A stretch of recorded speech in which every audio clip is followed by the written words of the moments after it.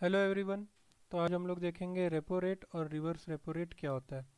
तो repo rate में bank loan लेता है किससे?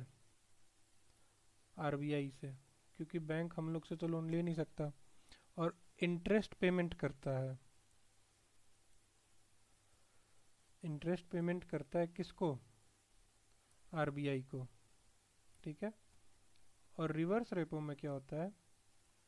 बैंक अपना एक्सेस कह लो, एक्स्ट्रा कह लो, मनी जो होता है वो डिपॉजिट करता है किसके पास?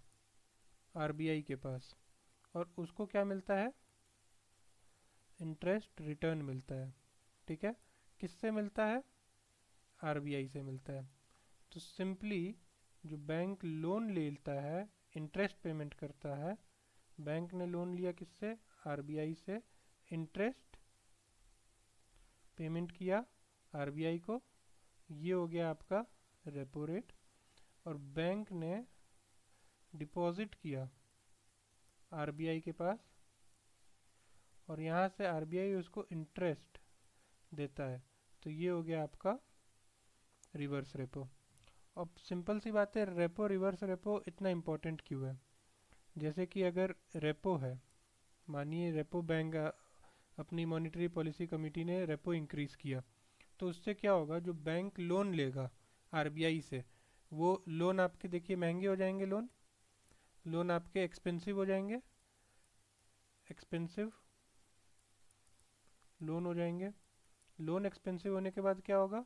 हम लोग खर्चा कम करेंगे, क्योंकि हमें छोटे से चीज़ के लिए, सेम अमाउंट के लिए हमें ज़्यादा अमाउंट ईएमआई चुकाने पड़ रहे हैं। तो हम लोग खर्चा कम करेंगे, जो चीज़ नेसेसरी होगा वही करेंगे।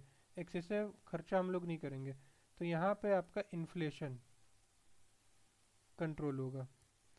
अब रिवर्स रेपो में देखो, आप देखो रेपो अगर आपका सेम रेपो डिक्रीज होता है यहाँ पे, तो लोन क्या हो गए? चीप। चीप लोन हो गए। तो भाई आईफोन खरीदने में पहले मेरे को ज़्यादा पैसा देना पड़ रहा था ईएमआई, अब मुझे कम देना पड़ेगा। तो मैं अच्छे से खरीद लूँगा, अपने लिए भी खरीद लूँगा, परिवार वालों के लिए भी खरीद लूँगा। तो यहाँ पे एक्सपेंशन हुआ किसका? इकॉनमी का। क्योंकि हम लोग पैसा अब खर्च करने लग जाते हैं। तो ये चीज़ है कि रेपो इंक्रीज होगा तो लोन एक्सपेंसिव होंगे, डिक्रीज होगा चीप होगा। यहाँ पे इन्फ्लेशन कंट्रोल होता है, यहाँ पे एक्सपेंशन ऑफ इकोनॉमिक एक्टिविटी के लिए लोन चीप होता है। बस यही कंसेप्ट है रेपो एंड रिवर्स रेपो।